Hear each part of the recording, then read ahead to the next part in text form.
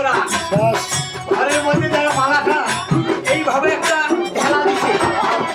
দিয়ে মালাটা ঘষের মাথা উদ্ধার করছে ঘষের মাথা ধরে গেছে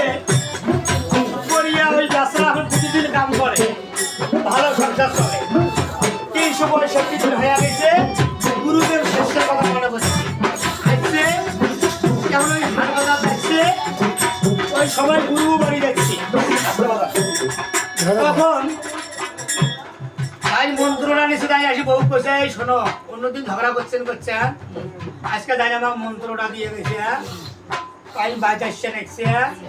একটা থুনু গুরু বসে দিয়ে পরে হাটত যায় তখন যাও তাই এই বেচরা দৌড়ি যা ঘোষের মাথা ঢুকি মালাখান দিয়ে যাচ্ছে